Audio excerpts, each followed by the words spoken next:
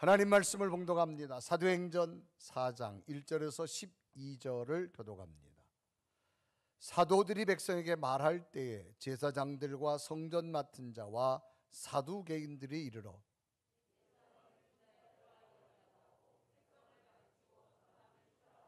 그들을 잡음에 날이 이미 저물었으므로 이튿날까지 가두었으나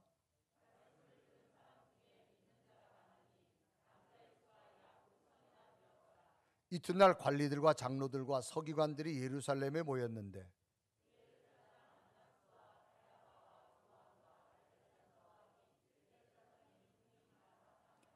사도들 가운데 세우고 묻고 너희가 무슨 권세와 누구의 이름으로 이 일을 행하였느냐?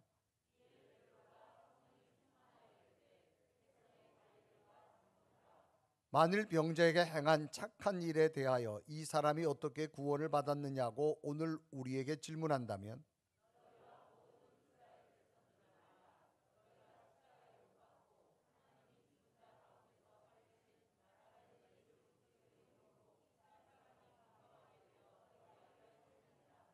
이 예수는 너희 건축자들의 버린 자들로서 집 모퉁이의 머릿돌이 되었느니라.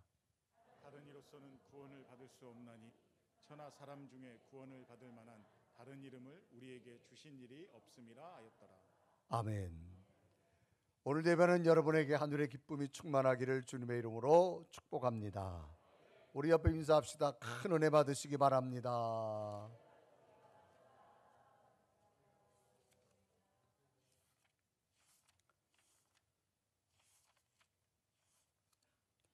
미국 역사에 있어서 1922년 미국은 경제적 어려움이 시작되는 시기였습니다. 그래서 경제적 어려움으로 고통을 당하고 있는 그런 때에 많은 실업률이 발생하고 금융 위기가 초래되고 경기 침체와 기업이 무너지며 농민들의 몰락이 시작됐습니다. 이때 조지 베버리 쉬라고 하는 청년 하나가 당시 대학생이었는데 이 대공황으로 인해서 학비를 더 이상 감당할 수가 없어서 다니던 학교를 휴학하고 주변의 권유에 따라서 당시 뉴욕 상호보험회사에 취업을 하게 됩니다.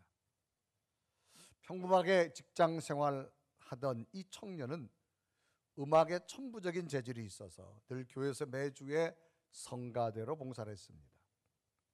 그런데 정말 우연찮게 1931년 NBC 방송공개홀에서 당시 방송 편성 책임자인 프레드 알렌의 주선으로 라디오 공개 방송에서 노래할 수 있는 기회를 얻게 됩니다.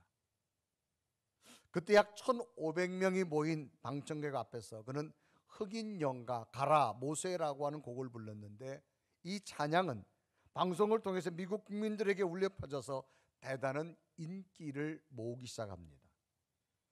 갑자기 그는 유명 스타가 되어졌고 여러 방송사에서 끊임없는 계약 제휴가 들어오게 되어졌습니다. 콩쿠르에서 특별상을 수상하고 인기 충전과 많은 돈들이 들어오기 시작했습니다. 갑작스러운 대인기와 더불어 삶에 큰 변화가 찾아왔습니다. 놀랍게도 이 사람도 교회 다니는 사람인데 돈이 많이 들어오고 나니 인기와 출세가 찾아오고 나니 신앙의 포인트인 하나님과 멀어지기 시작했습니다. 그때 그의 어머니는 아들이 프로 가수의 길로 가다 보면 돈과 쾌락에 노출되어져서 하나님의 신앙에 멀어질 것을 염려했습니다. 이러한 때에 그의 어머니는 자신이 다니는 교회에 목사님 사모님이 자신에게 준 신앙의 시가 있었습니다. 그 신앙시를 아들에게 보내주었습니다. 아들아, 이 신앙시를 꼭 매일 읽어봤으면 좋겠다라고 신앙시를 보냅니다. 어머니로부터 신앙시를 받은 이 청년은 어느 날은 어머니가 보내온 신앙시를 보는데 시의 내용이 자신의 마음에 깊은 곳까지 영적으로 막 찌르는 느낌을 받게 됩니다. 결국 시를 읽다가 그는 고백합니다. 하나님, 제가 잠시 동안 돈에 취하고 인기에 취해서 주님을 잊고 살았습니다. 주님, 저를 주님 앞에 내어놓습니다 하면서 막 회개 고백을 합니다. 기쁜 회개가 있은 후에는 갑작스럽게 영감을 받아서 어머니가 자신에게 보내준 신앙시에 음계를 그리기 시작합니다. 피아노 곡을 쳐가면서 높고 낮음에 음계를 붙이게 되어 하나의 시가 찬양의 모습으로 곡이 되어졌습니다. 이때 그 신앙시에 곡이 붙여진 찬양이 우리들이 많이 부르는 주 예수보다도 귀한 것은 없네라고 하는 곡입니다. 이 신앙시의 가사는 이런 거지요. 주 예수보다도 귀한 것은 없네. 이 세상의 부귀, 명예, 행복과도 바꿀 수 없네. 영죽을 내 대신 돌아가신 그 놀라운 사랑 잊지 못해. 세상 즐거움 다 버리고 세상 자랑 다 버려도 주 예수보다도 귀한 것은 없네. 예수밖에 없네 라고 하는 이 신앙의 시였습니다.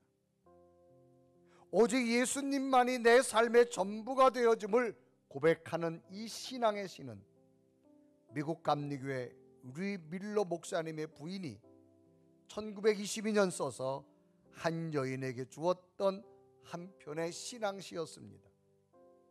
이 시를 받은 여인은 혼자서 묵상하고 있다가 하나님을 떠난 아들에게 주게 되어져서 하나님을 찬양하는 큰 은혜의 찬양이 되어졌습니다. 후에 이 조지 베버리는 방송국의 모든 일정을 취소하고 하나님의 영광만을 위하여 살기로 결단하고 남은 일생을 하나님을 찬양하는 찬양 사역자로 바뀌게 됩니다. 2013년 그는 104세에 주님의 품에 안기게 되어지지요. 특히나 이 찬양은 미국 해병대가 남태평양 군사작전에서 승리했을 때 감사의 고백으로 불리워졌던 아주 감동의 찬송이었습니다. 전쟁 중에 도우신 하나님을 찬양, 전쟁 중에 인도하시는 예수 그리스도를 전쟁을 마치고 돌아온 해병대 용사들이 찬양하게 되어졌습니다. 우리 2022년 코로나19라고 하는 팬데믹 시대를 거치면서 여기까지 인도하신 하나님의 은혜를 한번 기억해 봤으면 좋겠습니다. 여기까지 인도한 것 하나님의 은혜고 예수 그리스도가 우리와 동행하게 되어진 줄로 믿습니다. 우리도 한번 이 찬양을 다시 한번 가사를 의미해 한번 우리 찬양해 보겠습니다. 주 예수보다도 귀한 것은 없네. 이 세상 부귀와 바꿀 수 없네. 영주를 내 대신 돌아가신 그 놀라운 사랑 잊지 못해. 세상 즐거움 다 버리고 세상 자랑 다 버렸네. 주 예수보다도 귀한 것은 없네. 예수밖에는 없네.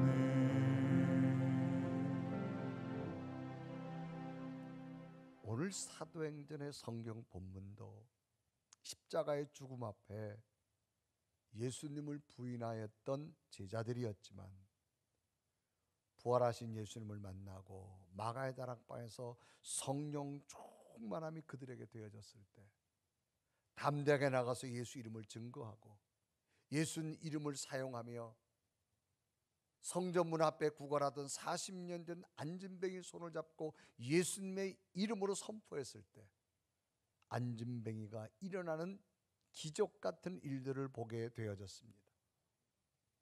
그래서 이 제자들이 담대하게 나가서 예수 그리스도의 이름, 예수 그리스도의 성령의 능력을 증거하게 되자, 당시 예수 그리스도 십자가에 못 박혀서 로마 군인들과 합작했던 유대계 종교자들이 싫어하기 시작합니다. 심지어는 저들을 잡아가지고 옥에 가두기도 합니다. 그래서 사도행전 4장 2절과 3절은 기록하지요. 예수 안에 죽은 자의 부활이 있다고 백성을 가르치고 전함을 싫어하여, 3절에 보면 그들을 잡음에 날이 이미 저물었으며 이튿날까지 가두었으나라고 기록합니다. 예수님의 부활을 전한다는 이름으로, 예수님의 이름을 증거한 이름으로 유대교 관리들은 오히려 이들을 싫어하면서 잡아가지고 옥에 가두게 됩니다. 놀랍게도 몸은 감옥 속에 갇혀 있어도 그 영혼 깊은 곳에서는 하나입니다. 오직 예수 그리스도만이 나의 참된 구원자임을 나는 믿습니다. 그 고백이 넘쳐나기 시작합니다. 그래서 사도행전 4장 12절은 고백하지요. 다른 이로서는 구원을 받을 수 없나니 천하 사람 중에 구원을 받을 만한 다른 이름을 우리에게 주신 일이 없음이라 그랬습니다. 오로지 예수 그리스도만이 나의 구원자임을 저들은 몸은 갇혔어도 영혼의 자유로 선포하게 되어지는 제자들, 성령 받은 제자들을 통하여서 40년 동안 앉았던 안진뱅이를 일으켜 세우게 되어지고, 놀랍게도 예수 그리스도 복음의 능력으로 수많은 사람들이 변화되어져서 예수 그리스도에게 돌아오는 이 성령 충만한 역사, 오늘도 우리 가슴에 예배하면서 이런 성령의 능력을 사모하는 여러분 심령 속에 제자들에게 맺던 성령의 충만함이 오늘 저와 여러분에게도 임하셔서 성령의 능력이 예배하는 여러분에게 있기를 주님의 이름으로 축복합니다. 그러면 이 성령의 충만함은 어떤 능력으로 나타났을까? 첫째는 옳은 길을 제시했습니다. 옳은 길을 제시했다. 저들이 가야 할 옳은 길을 제시합니다. 성령 받고 예수 그리스도의 부활을 믿게 되어 예수님을 증거로 말미암아 많은 표적 가운데 안진뱅이가 일어서게 되는 놀라운 일을 보게 되자, 많은 유대교 종교 지도자들은 예수를 증거하는 이들을 싫어하고 분개해서 제자들을 잡아다 옥에 가둡니다. 그래서 사도행전 4장 2절은 기록하죠. 예수 안에 죽은 자의 부활이 있다고 백성을 가르치고 전함을 싫어하여라고 말합니다. 여기 싫어하여는 심한 분노함이 표현된 겁니다. 불쾌한 감정이 고조되어 있는 흥분된 상태를 싫어하여라고 하는 말입니다. 당시 막강한 권력을 가졌던 이 유대교 종교 지도자들, 이들은 예수님의 부활을 인정하지 않습니다. 그런데 예수 그리스도의 제자들이 예수 그리스도 이름과 부활을 증거하자 마음이 분개하기 시작합니다. 이럴 때 너무나 성령 충만한 이 베드로, 예수님의 부활을 증거하지 아니할 수 없어서 담대히 증거하지만, 그러나 유대교 종교 지도자들은 예수님의 부활이 아닌 하나님에 대한 진리에 대한 관심보다는 자신의 권위, 자신의 신념에 더 관심을 갖게 됩니다. 진리를 귀담아 듣지 않고 거부하고 오히려 진리를 증거하는 제자들을 핍박합니다. 그래서 저들을 싫어하고 저들을 잡아다가 감옥에 갇히기도 하지요. 그래서 사도행전 4장 3절은 기록합니다. 그들을 잡음에 날이 이미 저물었으므로 그 이튿날까지 가두었으나 그랬습니다. 여기 잡음에, 잡는다는 말은 위협을 가하는 물리적 행동을 말합니다. 무력을 가하는 행위를 말합니다. 좀 전에 사도행전 3장에 보면 베드로와 요한이 성전 입구에 기도하러 가다가 40년 동안 일어서지 못한 안진뱅이를 예수 그리스도 이름으로 선포하고 그를 일으켜 세워서 걷게 만듭니다. 모든 사람들이 놀랐습니다. 그때가 오후 3시경이었습니다. 이제 유대교 성전에서는 4시가 되면 마지막 제사가 시작됩니다. 제사가 끝나고 나면 유대교 성전에서 모든 재판도 할 수 없습니다. 그래서 가득한 제자들이 오히려 재판도 받지 못하고 하루 동안 감옥에 갇히게 되는 그런 일들이 벌어졌습니다. 그래서 사도행전 4장 3절에 기록하죠. 그들을 잡음에 날이 이미 저물었으므로 이튿날까지 가두었으니라고 말합니다. 그러면 왜 유대계 종교 지도자들은 무력에 힘을 쓰며 제자들을 가두었을까라고 하는 겁니다. 그것은 잘못된 신앙의 길 때문입니다. 신앙의 올바른 길은 뭘까? 하나님 앞에 내가 죄인임을 깨닫고 거룩한 하나님을 향해서 날마다 나아가는 것, 이것이 신앙의 길입니다. 그런데 당시 유대계 종교 지도자들은 하나님이 아니었습니다. 자신들의 지위, 자신들의 권력, 자신들의 권위에 더 관심이 컸습니다. 올바른 길을, 예수 그리스도를 증거하는, 하나님의 아들을 증거하는 제자들에게 오히려 감정적으로 대했습니다. 싫어했습니다. 무력을 써가지고 저들을 가두어서 옥에 집어넣습니다. 사람이 무력을 행한다고 하는 것은 자신의 기준에, 자신의 생각에 맞지 않기 때문입니다. 화를 내면서 무력적 행위를 하는 겁니다. 서로 의견 대립이 나타납니다. 서로의 감정 대립이 나타납니다. 왜 서로 폭력으로 싸우지요? 서로 의견이 일치되지 않기 때문에 그렇습니다. 서로 감정이 하나 되지 않기 때문에 그렇습니다. 올바른 신앙의 길은 자신의 관념, 자신의 생각에다가 하나님을 맞추는 게 아닙니다. 자신의 관념도 버리고 자신의 생각도 버리고 자신의 기준도 버리고 하나님께 내가 맞추어 가는 것, 이것이 올바른 신앙의 길입니다. 심지어 제자들도 처음에는 성령 받기 전에는 예수님을 자기한테 맞추었습니다. 예수님이 이 나라 왕이 되면 우리가 예수님 주변에서 높은 자리에 앉을 것이다 생각했습니다.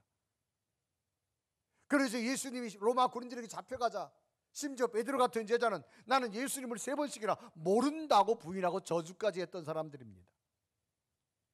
감정적으로 거부했습니다. 왜? 자신에게 맞지 않으니까. 그런데 이 베드로가 성령 충만이 임하고 나니까 올바른 길이 보이는 거예요. 내 생각을 버리는 길이 믿음의 길이고, 내 뜻을 포기하는 것이 하나님의 길이고, 내 관념을 버리는 것, 그리고 하나님 앞에 묵묵히 하나님의 뜻을 따라가는 길이 신앙의 옳은 길임을 깨닫게 되더라는 겁니다. 여러분, 성령이 충만하면 뭐냐? 옳은 길이 보입니다. 그래서 사도행전 4장 8절에 기록하죠. 이에 베드로가 성령 충만하여 이르되 백성의 관리들아 장로들아. 성령 충만하고 나니까 자기가 지금 예수 그리스도를 따라가고 예수 그리스도를 증거하는 길이 올바른 신앙의 길임이 보여지는 거예요. 그러니 당시 유대계 관리들과 유대계 종교 집단을 향해 말합니다. 여러분, 구원받는 길이 다른 것 아닙니다. 오로지 하나님의 아들 부활하신 예수 그리스도를 믿는 자가 구원을 얻게 되고 그 이름만이 나를 구원시킬 수 있습니다. 그래서 사도행전 4장 12절에 이루어가죠. 다른 이로서는 구원을 받을 수 없나니 천하 사람 중에 구원을 받을 만한 다른 이름을 우리에게 주신 일이 없음이라 하였더라 말합니다. 성령 충만한 베드로는 복음의 올바른 길을 제시했습니다. 우리가 인생을 살아가면서 바로 가야 할 길이라고 하는 것 매우 중요합니다. 길을 한번 잘못 들면 내 인생에 후회하는 일들이 너무 많습니다. 그래서 우리는 운전하면서 바른 목적지를 찾기 위해서 길 안내를 받는 것이 내비게이션입니다. 바른 길을 가기 위한 겁니다. 인생의 내비게이션이 무엇일까요? 성경 말씀입니다. 가장 세밀하게, 가장 정확하게, 가장 완벽하게 우리를 바른 길로 인도하시는 분, 하나님이십니다. 그러므로 성령이 내게 역사하면 진리의 길이 보일 것이고 신앙의 바른 길을 보게 될 줄로 믿습니다. 두 번째로 성령이 충만한 제자들에게 어떤 현상이 나타났느냐? 두 번째는 보여주신 하나님, 그것도 분명히 보여주신 하나님이었다. 너무나도 담대하게 올바른 복음을 제시하는 베드로를 향해서 유대교 종교 지도자들이 비난합니다. 저 베드로가 원래 어부 출신인데 공부도 못했는데 배우지도 못했는데 어떻게 저 사람이 저렇게 담대하게 저 엄청난 권력 앞에 죽음을 무릅쓰고 예수 그리스도 신앙의 바른 길을 전할 수 있느냐 이 말입니다. 그래서 사도행전 4장 13절에 기록하죠. 그들이 베드로와 요한이 담대하게 말함을 보고 그들을 본래 학문 없는 범인으로 알았다가 이상히 여기며 또 전에 예수와 함께 있던 줄 알고 너무나 담대하게 복음을 증거하는 베드로와 요한을 보고 놀라기 시작합니다. 저들이 율법을 배운 자도 아닌데, 저들이 공부한 자도 아닌데 어떻게 저렇게 일목요연하게 하나님에 관해서 말씀을 증거할 수 있냐 이 말입니다. 특별히 베드로가 당신은 최고 의결기관 산헤든이라는 의결기관이 있습니다. 오늘날 말하면 마치 최고의 의결기관은 국회와 같은 것이지요. 그곳에 나가서 대제사장들을 향해서 의회 의원들을 향해서 담대하게 복음을 전합니다. 여러분, 구원자는 예수 그리스도밖에 없습니다. 하나님밖에 없습니다. 담대하게 증거합니다. 그런데 많은 사람들이 안 믿을 수가 없어요. 왜? 조금 전에 베드로가 성령 충만해서 40년 동안 앉아있던 안진뱅이를 일으킨 것을 보았거든요.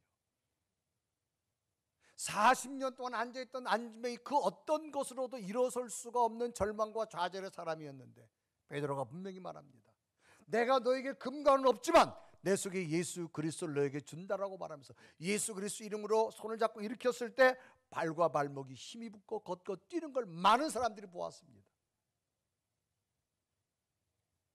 그러니까 눈으로 본 그것을 보고 베드로를 비난할 자가 없었습니다. 이때 장면이 사도행전 4장 13절에 기록하죠. 병 나은 사람이 그들과 함께 서 있는 것을 보고 비난할 말이 없는지라. 왜? 눈으로 직접 하나님의 능력을 보여주었어요. 그렇게 비난하던 자들이 눈으로 예수 그리스도의 능력의 역사를 나타난 것을 보고 반박하지 못합니다. 비난하지 못합니다.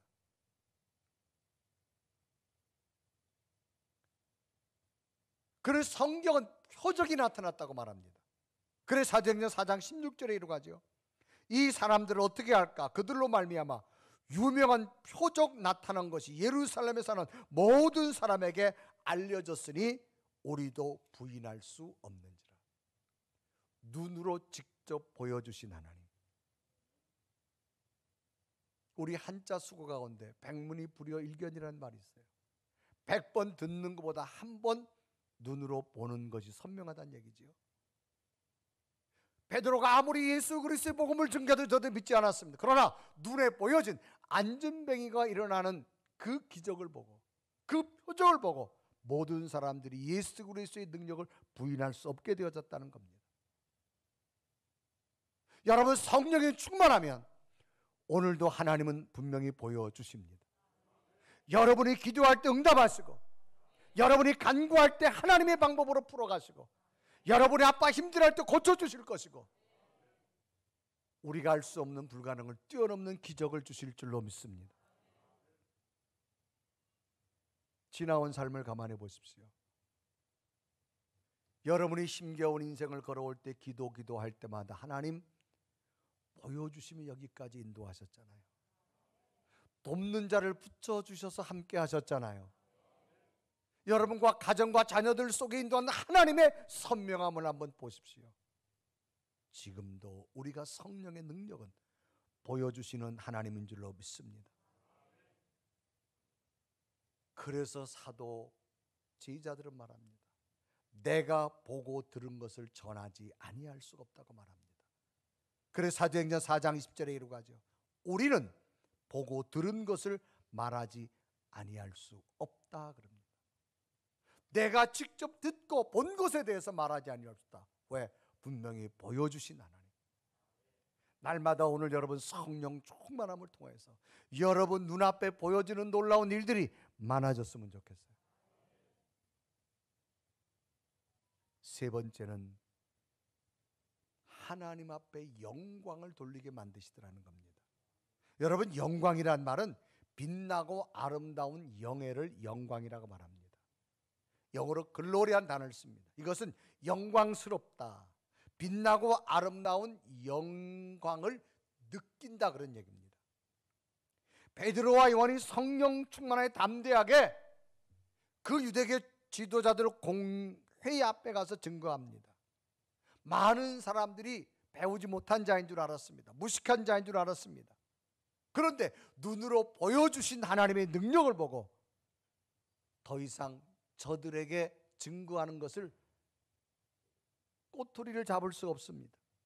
입막음을 할 수가 없었습니다. 그래서 결국 모든 사람들이 베드로를 통해서, 성령 충만한 베드로를 통해서 예수 그리스도의 능력이 나타남을 보고 하나님 앞에 영광을 돌렸다라고 말합니다. 그래서 사도행전 4장 21절 우리 한번 다 같이 읽어볼까요? 시작.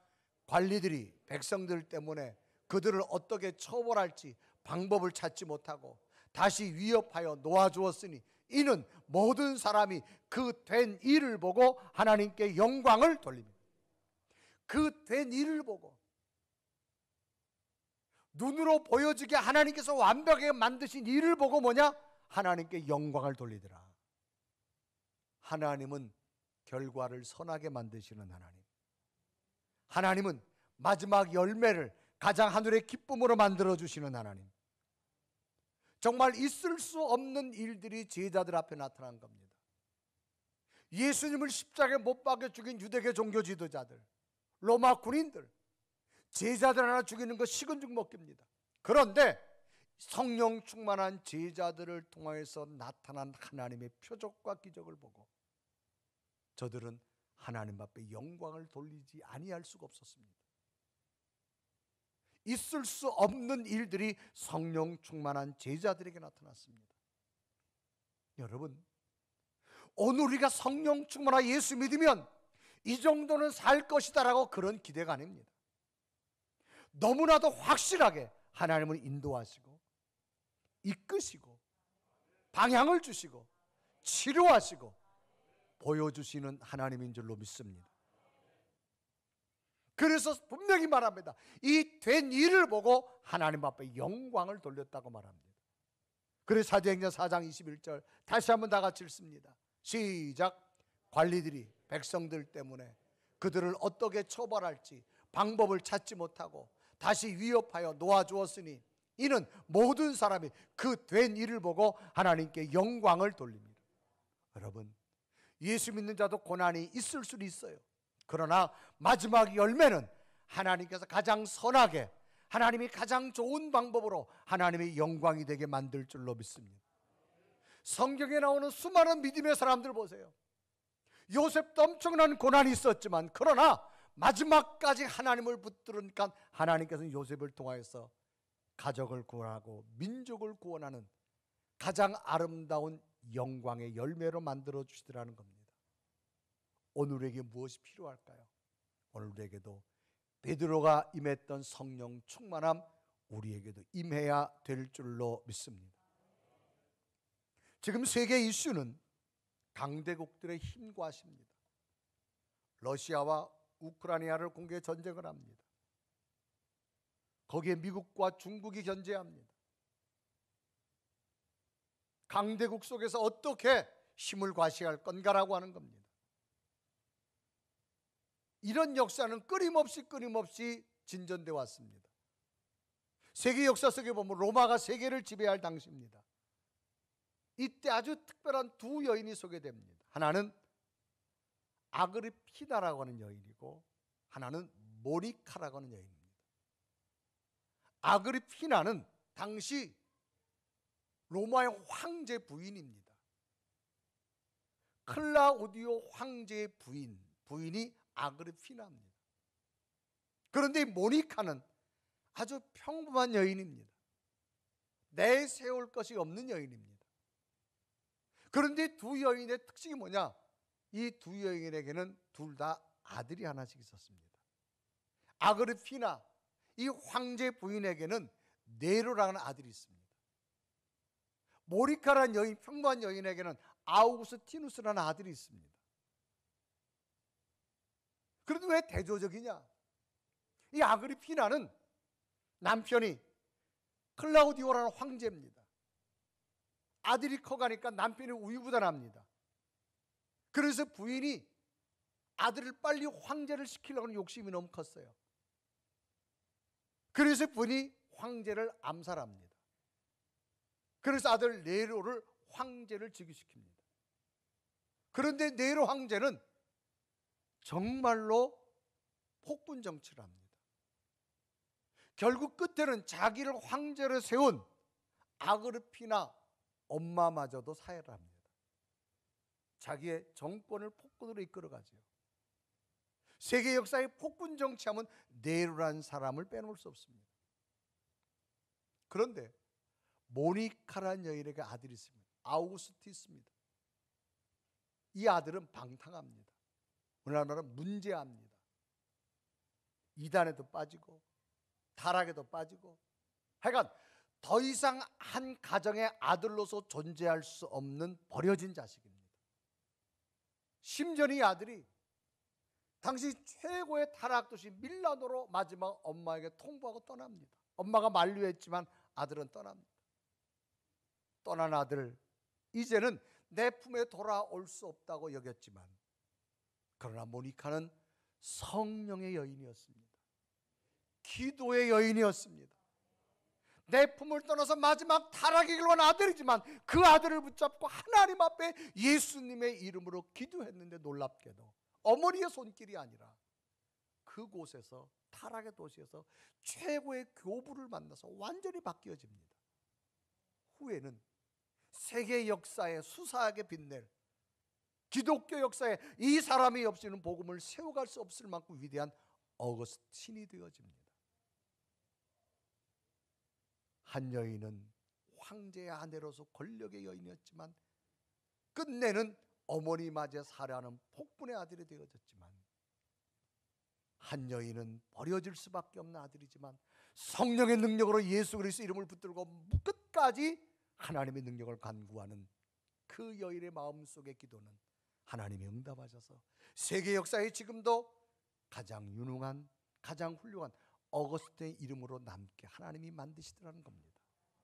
성령의 능력은 결과를 아름답게 만드십니다. 하나님이 영광되게 만드십니다. 그러면 우리에게 무엇이 필요할까요? 성령의 능력을 붙드십시오. 가슴에 새기십시오.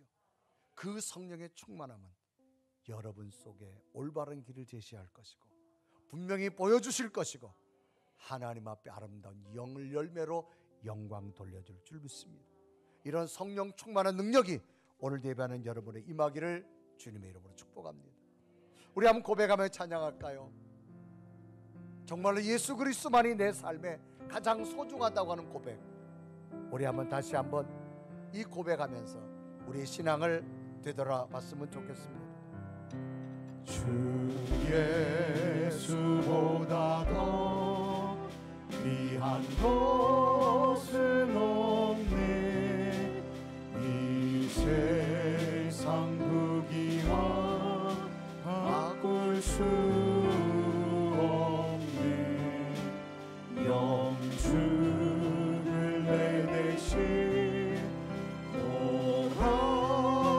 돌아가신 그 놀라운 사랑 잊지 못해. 세상 즐거움 다 버리고 세상 자랑 다 버렸네. 주 예수보다 더 귀한 것은 없네. 예수밖에는 없네. 우리 앞나가지 두 눈을 감으시고 사도행전 4장에 성령 충만한 베드로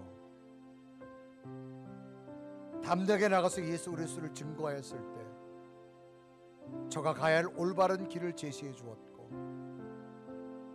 40년 동안 절망으로 살아왔던 안준배이가 이라는 기적을 분명히 보여주었고, 모든 자들에게 하나님의 선한 열매의 영향력을 보여주는 영광을 돌리게 하시는 하나님, 오늘 우리에게도 초대교회 베드로에게 줬던 성령의 충만함 우리에게도 부어주셔서 날마다 하나님의 길을 가는 올바른 길을 내가 가슴에 새기게 하시고, 오늘도 우리 기도 가운데 분명히 보여주시고, 우리의 질병 가운데 치유함을 보여주시고, 절망 가운데 보여주시고, 모든 열매가 하나님의 영광이 되게 하여 주옵소서.